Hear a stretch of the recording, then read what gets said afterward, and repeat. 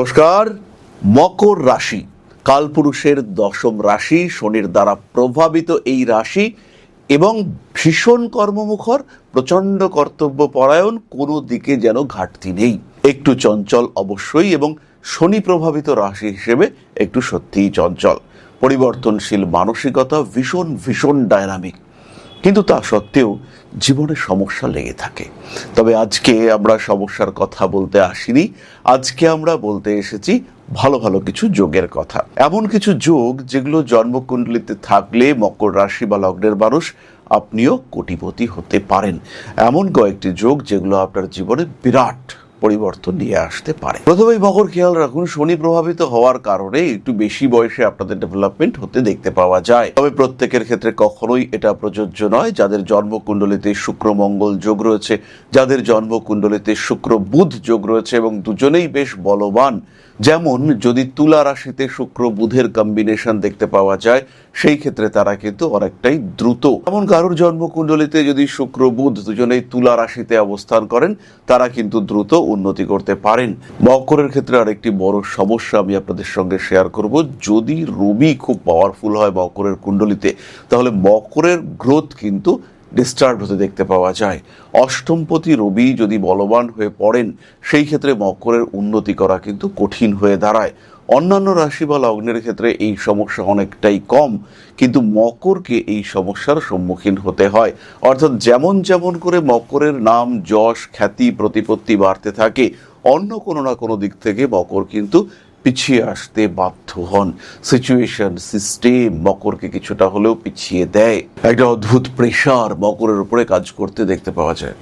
সুতরাং মকর রাশি বা লগ্নের মানুষদের জীবনে সুখ, শান্তি, স্বচ্ছন্দ ইত্যাদির সঙ্গে সঙ্গে নাম, যশ, খ্যাতি, প্রভাব, এরা যেন একটা পরিপন্থী রূপে আচরণ করে। যাই হোক, এগুলো আমাদের আলোচনার বিষয় নয়। মকর রাশি বা লগ্নের মানুষদের জন্মকুণ্ডলিতে যদি শুক্র, এককভাবে শুক্র বলবান হয়, মকর প্রচুর উন্নতি করতে সক্ষম হন। মূলত অর্থনৈতিক, কর্মক্ষেত্র, টাকা পয়সা, চাকরি প্রাপ্তি আর নিজের ইচ্ছে অনুযায়ী চাকরি পরিবর্তন। যখন যেরকম চাকরি ইচ্ছে তখন সেরকম চাকরির দিকে যাওয়ার প্রচেষ্টা, এটা মকরের ক্ষেত্রে আমরা দেখতে পাই। অর্থনৈতিক দিক থেকে প্রবল সাফল্য আসে এবং মকর নিজের ইচ্ছে অনুযায়ী কাজকর্ম করতে পছন্দ করেন। জন্মকুণ্ডলিতে যদি শুক্র মঙ্গল যোগ দেখতে পাওয়া যায়, মকর চাকরি করেন এবং প্রচুর টাকা পয়সা উপার্জন করতে সক্ষম হন। আবার এই শুক্র মঙ্গল যোগে মকরের ক্রিয়েটিভিটি, সৃজনশীলতা চরম মাত্রায় বিকশিত হতে দেখতে পাওয়া যায়। খুব বড় লেভেলের শিল্পী, আর্টিস্ট তারা কিন্তু এই যোগে জন্মগ্রহণ করে থাকেন। মকর রাশি বা লগ্নের মানুষদের জন্মকুণ্ডলিতে যদি মঙ্গল এবং বুধের সংযোগ দেখতে পাওয়া যায়, জাতক স্টক মার্কেট বা অন্য কোনো মাধ্যমে প্রচুর অর্থ উপার্জন করতে পারেন। এরা চাকুরির সঙ্গে সঙ্গে ব্যবসাতেও নিজেকে নিবেশ করেন, আর তার সঙ্গে সঙ্গে সেই ব্যবসা থেকে তারা প্রচুর অর্থ উপার্জন করতে সমর্থ হয়ে থাকেন। মকর রাশি বা লগ্নের মানুষদের জন্মকুণ্ডলিতে যদি মঙ্গল অতিরিক্ত বলবান হয়ে থাকে, সেই ক্ষেত্রে তারা গৃহ নির্ভর পেশায় প্রচণ্ড উন্নতি করতে সক্ষম হন। আবার জন্মকুণ্ডলিতে যদি শুক্র বুধের কম্বিনেশন দেখতে পাওয়া যায়, এটাও কিন্তু অত্যন্ত পজিটিভ কম্বিনেশন, এবং শুক্র বুধের কম্বিনেশনে খুব বড় বড় ব্যবসায় সৃষ্টি হতে দেখতে পাওয়া যায়। মকর রাশি, মকর লগ্নের মানুষদের জন্মকুণ্ডলিতে যদি অ্যাক্টিভ গুরুচণ্ডাল যোগ দেখতে পাওয়া যায়, যদি জন্মকুণ্ডলিতে বলবান চন্দ্র কেমদ্রুম যোগে যুক্ত হয়ে থাকেন, সেই ক্ষেত্রেও জাতক কিন্তু প্রচুর অর্থ উপার্জন করতে সক্ষম হন। জন্মকুণ্ডলিতে সপ্তমপতি অর্থাৎ চন্দ্র পঞ্চমে উচ্চ ক্ষেত্রে, কিন্তু তিনি কেমদ্রুম যোগে রয়েছেন।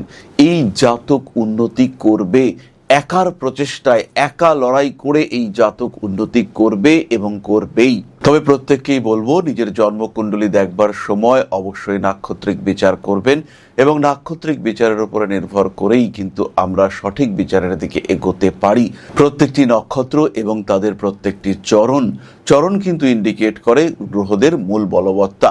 এই চরণের মাধ্যমেই নবাংশ কুণ্ডলিতে আমরা গ্রহদের অবস্থান আইডেন্টিফাই করতে পারি, এবং পরাশর মুনি বলে গেছেন, মূল জন্মকুণ্ডলিতে গ্রহদের অবস্থার থেকে নবাংশ কুণ্ডলিতে গ্রহদের অবস্থা এবং অবস্থান, এই দুটোই কিন্তু বেশি গুরুত্বপূর্ণ। বিংশপাক বলের ক্ষেত্রেও নবাংশ কুণ্ডলীকে যথেষ্ট গুরুত্ব দেওয়া হয়েছে। তাই চরণ বিচার এটাও কিন্তু অবশ্যই প্রয়োজনীয়। যাই হোক, 2026-এ বেশ কিছু বলবান যোগ মকর রাশির জন্য সৃষ্টি হয়েছে। তার মধ্যে প্রথমটি হলো দেবগুরু বৃহস্পতি। তিনি কিন্তু অবস্থান করে রয়েছেন সপ্তম ভাবে তুঙ্গ ক্ষেত্রে। বৃহস্পতি কেতু সমন্বয়ন সৃষ্টি হতে চলেছে। তাই 2026-এ বহু মকর রাশি বা লগ্নের মানুষ তারা কিন্তু হিউজ আর্নিং তৈরি করতে পারবেন। এ বিষয়ে কোনো সংশয় নেই, তারা কিন্তু যথেষ্ট উপার্জন করতে সক্ষম হবেন। আর বৃহস্পতি কেতু কম্বিনেশনে বিদেশ যাত্রা, হঠাৎ প্রাপ্তি, পরধন প্রাপ্তি, সুপ্ত গুপ্ত সম্পত্তি প্রাপ্তি ইত্যাদির সংযোগ বাড়ছে। কিছু নতুন যোগাযোগ, এক্সপোর্ট ইম্পোর্ট ইত্যাদি ক্ষেত্রে আপনাকে হিউজ ডেভেলপমেন্টের সম্মুখীন করে দেবে। নিশ্চিন্তে নির্দ্বিধায় নিজের লক্ষ্যের দিকে অগ্রসর হওয়ার চেষ্টা করুন। সময় ভালো আসছে, এ বিষয়ে কোনো সন্দেহ নেই। ভালো থাকুন। মা আদি শক্তির আশীর্বাদ রয়েছে আপনার সাথে। জয় মা আদি শক্তি। নমস্কার। ओं अकारादि पंचाशद्वर्णेभ्यो स्वाहा।